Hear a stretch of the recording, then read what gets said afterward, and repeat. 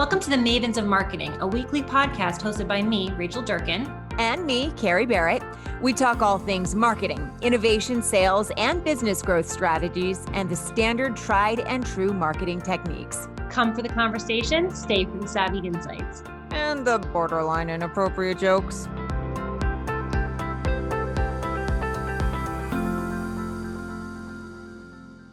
Hello, welcome to the Mavens of Marketing. I'm one of your lovely and talented co-hosts, Kerry Barrett, along with the fabulous Rachel Durkan. How are you?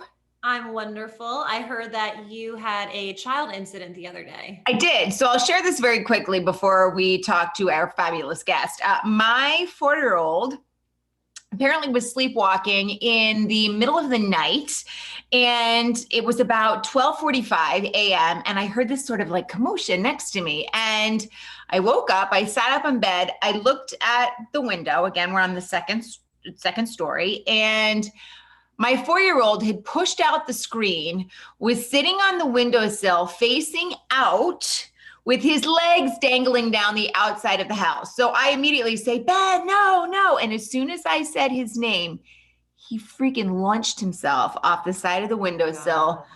I can't even tell you. I mean, he's fine. I should preface all of this by saying he's fine. And what I really am most disturbed about now about this whole incident is that I wasn't able to capture any of it on video.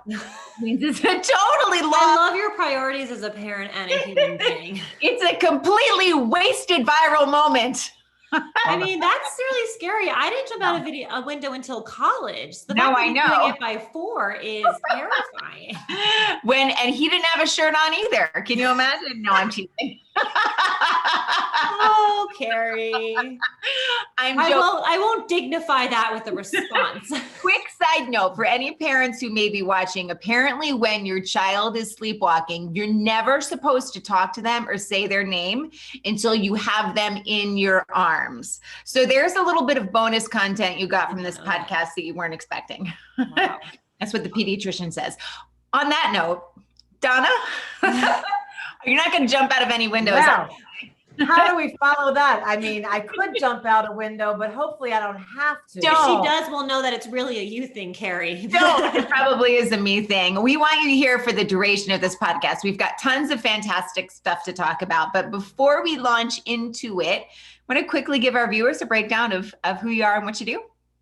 Sure, absolutely. So I am Donna Miller, Chief Visionary Officer at C3 Workplace and a business growth consultant. So I've spent the last many years helping business owners to start and grow. We do that by providing on-demand office space, virtual assistance, bookkeeping, and I now live in the land of working with B2B professionals and business owners to help them up-level their career and build companies that fund the lives of their dreams.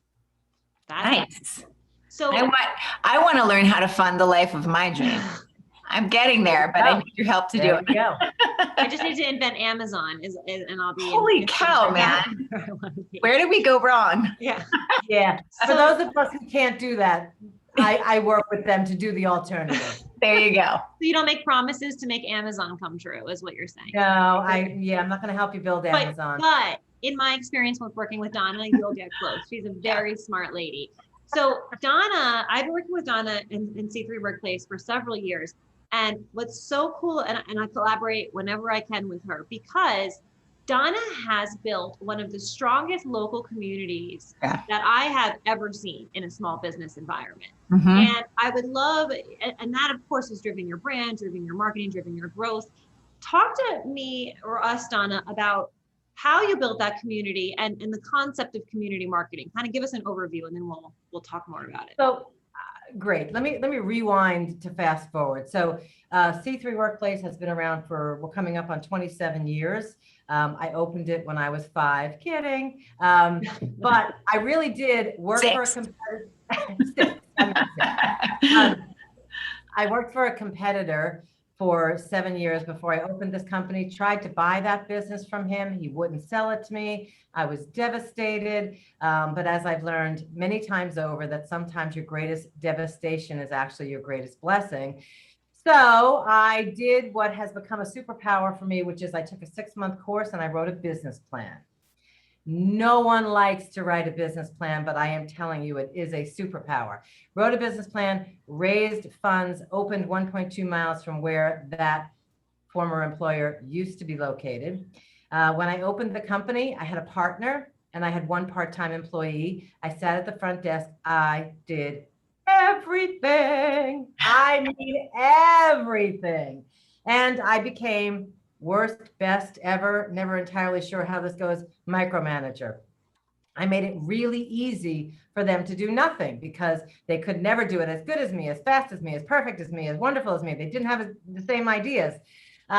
So I don't know if anybody has ever been in that position and you kind of hit a wall, right? Yeah. You hit a wall and you're like, I got to change or I'm just going to fully burn out. So I began the process of going from a micromanager to a leader. It took a long time. I'm not kidding. It took a fair amount of time, took a fair amount of outside advice and consultants and different things. But what became clear to me during that rebirth, and I actually opened under a different brand and 8 years ago, fully rebranded, which I'll talk about. So during that whole process of realizing that I could be a profitable company and a force for good, I came to realize that I had unintentionally opened a values-driven company, and then I got really strategic about it. And that's where the community build started. I breathe connections. It's what I do. I'm embarrassed to tell you that when I go to an event now and I meet someone, I'm probably going to forget their name in 3.5 seconds. However, I will remember that Rachel does marketing. And when Kerry says, you know, I really could use a go-to-market strategy, I'm going to connect those two people. So that connecting was just always part of our secret sauce. And so through a fun and sometimes painful process, we rebranded. And the C3 and C3 Workplace stands for Connect, Collaborate, Community. It was the evolution and the result of getting very clear on my values and deciding that I wanted to live my values out loud. My top 3 values are faith, community, and impact. And so, Rachel, your question was, how do you build a community? In my opinion, it starts with getting clear on your values. You cannot be all things to all people. I believe our greatest connections start with people or organizations that share our values. That's kind of an emotional connection. It accelerates the whole know, like, trust, try process. So I think the first thing you do in building a community is you get clear on your values. And we became a go-to resource. I love it. I don't know if this happens to you ladies, but you'll get a phone call from someone. I don't know if you do this, but I know you know someone. So that's the best phone call.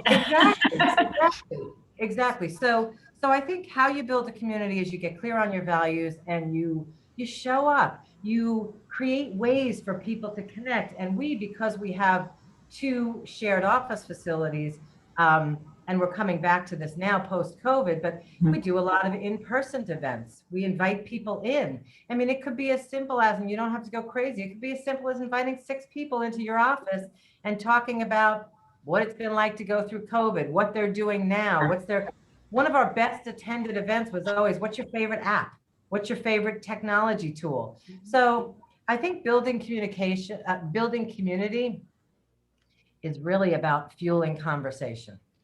That's great. And I want to go back to one thing you said, and then we'll follow up to that, where you said you don't have to be all things to all people. That is really scary to businesses of all sizes, I think, especially when you're smaller. And then as you grow, being true to your values and your deliverables, whenever we do messaging strategies for clients, or we're very specific to the audience we want, people get very scared by that because they think, oh, well, if we say this in the messaging, that's going to push away others. But that's okay, because as long as your messaging speaks to who you want to talk to and who you want to attract, you're going to be successful in building that community, right? I agree. And you are the marketing mavens. I'm not telling you anything you don't know, but the truth is, tell me. I mean, the truth is, trying to be everything to everyone is like, I say, it's like trying to boil the ocean. You're never going to do it. You're just going to burn out. And so I've worked with many business owners in helping them to niche down, get clear on their values, figure out who their ideal target market is. And then as the business owner, my time and effort is spent not even on the ultimate end user, but the centers of influence and the strategic partners. That's also where you build community, is by collaborating with other organizations that share your values, share your target audience, and it creates massive growth. And the other thing that I think we've done a really good job of, and this is probably the underpinning of the community as well, as we've created raving fans. Yeah. We underpromise, we overdeliver. There's no rocket science here, but it works. And when you do it over time, it creates influence, it creates momentum. It's pretty friggin' magic. It is. So is that part, you also engage a lot with the community, and part of that you've touched on how you make that happen, but how do you really make that happen? I think for a lot of people, it's like, I don't even know where to begin to engage with them. What are the strategies or the tactics that I need to start deploying to make that happen? That's a great question. I think it really, and again, my world is all business to business. So I'm not a consumer person. I can't speak to that. I do believe, and I heard someone say this, I don't know, 5-10 years ago, that you're a business owner, but in truth, whatever you do, so I provide business consulting and office space and bookkeeping and virtual assistants. You do video, Rachel does marketing. But the truth is, no matter what you do, your number one priority is to be a marketer. Yeah. If you don't have some, and you always need outside help on your marketing because you don't have perspective. Right. So true. Right. So when I think about marketing and when I think about where do you start, that's really where you start. It's what are you an expert in and how can you share that with the world? So I kind of like to use this term edu-marketing, which is really what we're all doing. We're out there as thought leaders. So I think where you start is with a couple of nuggets of what you know well and seek to share that with people who need to know what you know. And, Gary, I can never pronounce Vaynerchuk. Yeah, okay, him. Yeah. Yeah. He said, V. Gary V. He just gives all this shit away because everybody's too lazy to do it on their own. So some people are nervous about giving away too much information. I don't think you can give away too much information. You can give away too much of your one-to-one time. That's called unpaid consulting. Yeah. But you can, so the beginning of building that community is deciding what do you stand for? That is important. And what are you an expert at? And then how can you get that information out into the world? It could be as simple as, instead of doing one-to-one meetings, do foursomes, do sixsomes, organize something. And I think the other way you do that is by picking organizations that are populated with your target market, showing up fully. And for all of us, we all built our businesses networking. Now we'll be getting back into face-to-face networking. But when you network, do it really strategically and have a goal every time you go to a networking event. Right now, I have to admit, I'm going somewhere Friday night. I just can't wait to see people. I will probably do nothing. Are you coming to our event? Yes, I am. Yes. I'm the same. There's no plan. I just want to hug people. I know. I don't care. I want to hug. I want to hand out a business card.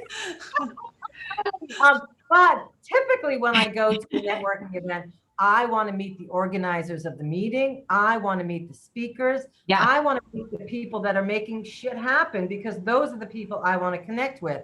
And also, in order to be a go-to resource, you have to know people that you're not going to do business with, but you have to build your bank of resources. So where do you start? Get clear on your values, figure out what you know that other people don't know, share it freely, and work to become a go-giver where you're giving because when you give referrals, I am telling you, it is the number one way to get. They come back for sure. And Donna, you always talk about, a win-win-win, right? So you and I collaborate a lot together. So I'll come to you and I now know how to talk Donna. I'll say, here's what's in it for you and here's what's in it for me. You want to do this together? And the answer is usually yes. Right. And the win-win-win is you, me, but the target audience. And you absolutely. talk, ding, ding, ding. 1 + 1 has to equal at least 5. Yeah.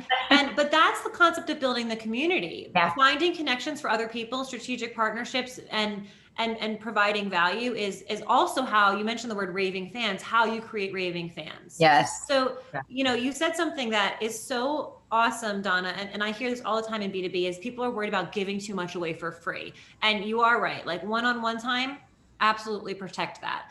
But I always tell my team, giving away your knowledge, whatever I give away in an hour or 2 hours or 3 hours, they still have to execute successfully. And strategic thinking has to come in that execution. And I'm constantly learning what I didn't know yesterday. So the knowledge is always evolving. And I just don't think you can give too much away, because the more people trust you and understand and appreciate your knowledge, the more they might not hire you, but they'll be raving fans for you, for others. Yes.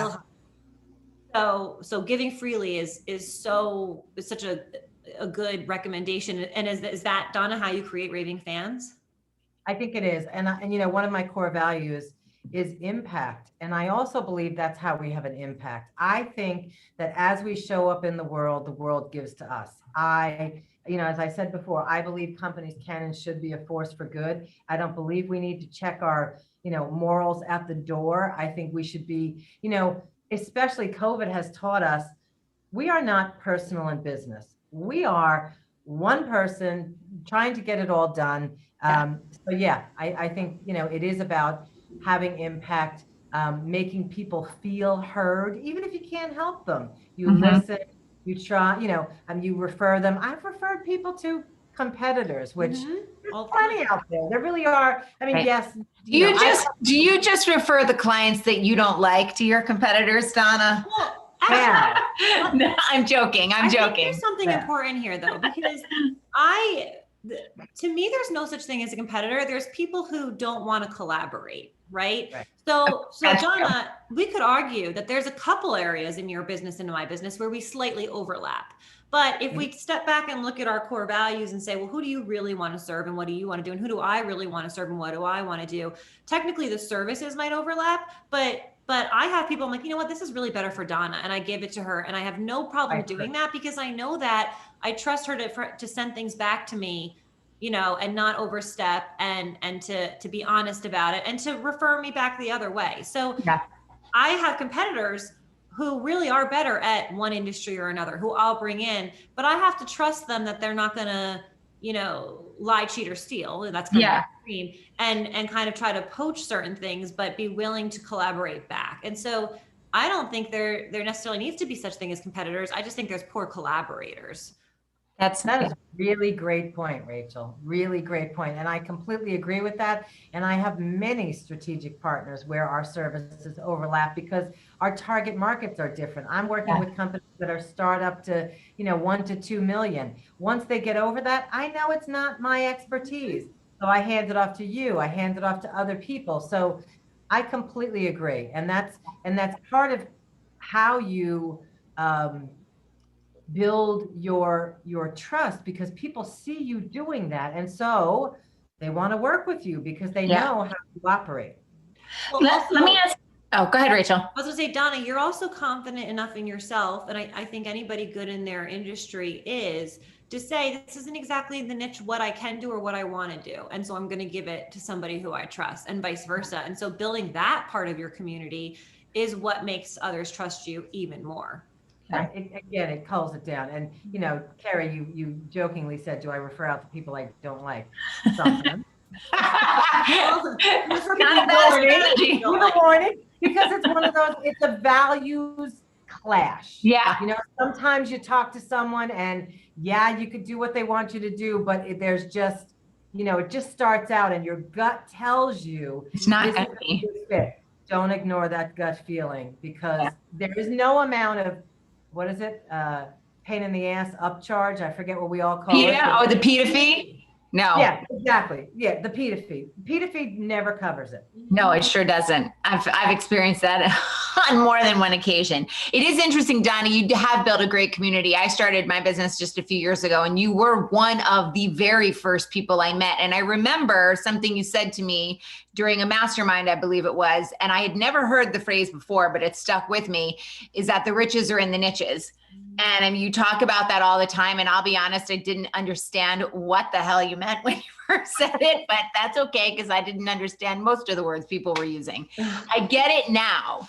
And you're right, it makes sense. It's where you find, somebody wants this particular kind of thing, and it's small enough or niche enough that it's not in your, to use an overused word, wheelhouse. And so you refer that person out. You create partnerships. You're right, absolutely that way. I want to ask you a question though about marketing and about sort of content marketing. And I think, if I'm understanding correctly what you're saying, it sort of dovetails with that strategy you mentioned about giving, right? You're giving knowledge, you're giving value, you're willing to offer, help when it's asked for, not necessarily one-to-one time, but do those two elements, like content marketing and value, do they dovetail for you? How has that supported what you're doing? Absolutely. And I have been a proponent of email marketing for as long as I can remember. I believe it is the single greatest ROI that you get from any marketing you do. And it's gotten better over the years, and it's gotten more challenging, but that's the way business goes. So without a doubt, I built my email list, as Rachel has taught me. It is the one thing I truly own. Yeah. I don't really own my social media platforms. Facebook can change an algorithm. So I have been a big proponent of email marketing, and we share, but the thing is, you don't want to, fatigue people. So twice a month we send out emails. We always have a business growth segment, and then maybe we feature a partner, maybe we feature a service, maybe we feature an event that's coming up. So I do think content market is really important. We've gotten better at it over the years. We know how to look at what kind of response we got to particular content to do more of that. We also now combine email marketing via Constant Contact and email marketing via CRM to create, to drive people through the funnel after an event or after a list build. But I really do believe that content marketing, and we've also gotten really good at repurposing. Yeah, that's huge. Some of my big shortcuts for content marketing are repurpose. You write current stuff, you write evergreen stuff, you look at what's engaging, you use Google Trends to see what's going on. But the other reason I love content marketing is, this is an example of collaborative content marketing. Yeah. It is a way to give back to those relationships. You might have centers of influence where it's hard to throw referrals back and forth because you can't refer to everybody. But you can use content as a way to collaborate or thank someone. Yeah. So that could be a webinar, it could be an in-person event, it could be a blog. So in the summers, we always take off from writing new content. We repurpose, we invite people in to do blogs. And last but not least, because I love when I can hit 3 birds with 1 stone, it's how I raise up leaders. So my team is writing blogs. My team are doing webinars. And so I can't say enough about how content marketing strategically, with a calendar, with a focus, with a call to action, has been the single most cost-effective marketing tool we've done. Hands down, bar none. Yeah. I love that. I love repurposing. Oh my gosh, yes. Anything you can. There's always an option. People don't think about how they can use a blog and turn it into a newsletter, turn a webinar into social media clips or a download tool or whatever the case may be. There's a way to be very effective and efficient at creating everything. The content beast is one that's never satisfied. It's constantly churning, and its appetite grows greater each day, figuring out how to do all of that effectively and making it making it strategic is huge. I will say that COVID taught me a few things. In that one, we did a lot of very COVID specific, environment specific content to help you adjust, to help our audience adjust to what was happening. Yeah. And so we have to kind of redo a lot of that content to be in the hopefully we're in the post-COVID era. Yeah. But it also taught me that I try to mix it up now. Half will be evergreen, but half will be very specific to what's happening, because that can also be really impactful and go further, but you can have to use it for a shorter period of time. Right. But let me ask you a question, Donna, and let me just tell you as a marketer, I hate this question because it's stupid, but I'm going to ask you it. What a setup. It's not asking it, but it's annoying getting it, because the answer is always, there's so much more than a direct answer. But in your years in business, what have been the most successful tactics that have led to direct ROI or business growth? And I know that, you have to build a foundation first, and there's always a lot more under the surface, but kind of give me a couple examples of what you found to be really successful. Okay. The first one that comes to mind, which no one likes, dialing for dollars. When you send out that email and you see who clicked on it and who opened it, dial for dollars. Can't we just send them another email? No, I'm sorry, Kerry. I mean, if you're selling a widget, yes, you can. Yes. Okay. If you want to send them a, $5, $10, $20,000 something, no, you're going to have to pick up the phone. So I regret to inform you. Dang it. Okay. My number one is pick up the phone and make a call. Second, it would be hard to pick a second, because that, I'm all about leverage. How does everything overlay everything else and exponentially increase everything? So the dialing for dollars is very often where the conversion happens. Mm-hmm. The other thing that's worked really well for me is I have created a masterclass on a one-page business plan, and then I took the time to create a companion workbook. And so that's how I fill my funnel. And hello, I pick up the phone. So I think it's, again, there are 1,000 different ways to do it, but if I had to pick one, it's dialing for dollars. And the other big one, and this takes a little bit more strategy and a little more time, is speaking. Every time I speak, I get business. Yeah. It's Every huge. time. Huge. I'm presenting myself as a thought leader. Zoom's been great. I've had opportunities across the country that I never would have gotten. And so that's a major part at this point in my career. That's a big part of how I drive businesses, through speaking. It's massive. So we're coming up on time. I want to leave you with this last question, the one that we ask all of our podcast guests. What is the weirdest thing that has ever happened to you, Donna Miller? This is way harder than what's the one thing, blah, blah, blah. So I'm gonna give you two examples, and then Okay. I'm gonna tie them to marketing. Ooh, Fancy. Just this morning, got a voicemail from someone I dated 40 years ago. Oh my gosh. Well, that's impossible. You're only 26. How we established. All right, maybe it was 35 years ago. And it's because I had an article published, talk about thought leadership, in Thrive Global. Nice. And how I got that article published was, and here's a tip for all of you, I follow Help a Reporter Out. Mm-hmm. Help a Reporter Out is a tool where writers post when they're looking for experts, but so that just happened this morning. But what also happened is about 2 months ago, someone I went to high school with, who I really, really enjoyed her friendship, and we just completely lost touch. She saw me from that same article and reached out. So wow. I don't know if it's really weird, but it's really current and it's really relevant to marketing. So marketing can help you sell more business, or it can help you reconnect with some old friends. It is a small world, isn't it? Right? Yeah. Pales compared to having your 4-year-old jump out the second story window. But Well, not really. I mean, what I came up with.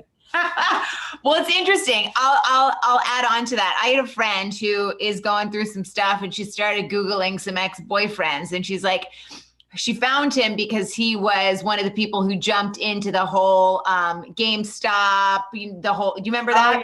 Oh, yeah. She's like, well, this is the second ex-boyfriend I've had who has a net worth of more than $25 million. But she found him through an article he'd done in like the Wall Street Journal or something. So what I'm saying is I can back Donna up on that. So what the lesson is here, forget the marketing stuff, is start Googling your exes and see how they're doing. Yes. Mine are all, All right, Donna Miller, as always, it was fantastic to hear and learn from you. If people are curious about working with you, how they can get a hold of you, where they can learn more about you, where should they go? They can visit my current website, c3workplace.com. They can call or text me. Everything's on the website. They can email me, donna@c3workplace.com. And there are a ton of resources on our website. We have an online program that they can take. There's the blogs are all there. We have a YouTube page. All the social media channels are there as well. Fantastic. You rock. Thank you. Thank you, ladies. I love spending time with you marketing mavens. You really are inspirational. And likewise. And thank you to our fabulous audience once again for joining us for this episode of the Mavens of Marketing. We'll see you back here next week, same time, same place. See ya. It's a teaser. Coming up on the next Mavens of Marketing. Have you ever wondered what makes a great speaker? The psychology, the presentation, the whole 9 yards, how you can take a one-to-many environment and just blow it up in terms of scaling your visibility, your credibility, and obviously your marketing endeavors as well. We are talking about all of that and more with Tim Pollard on the next episode of the Mavens of Marketing.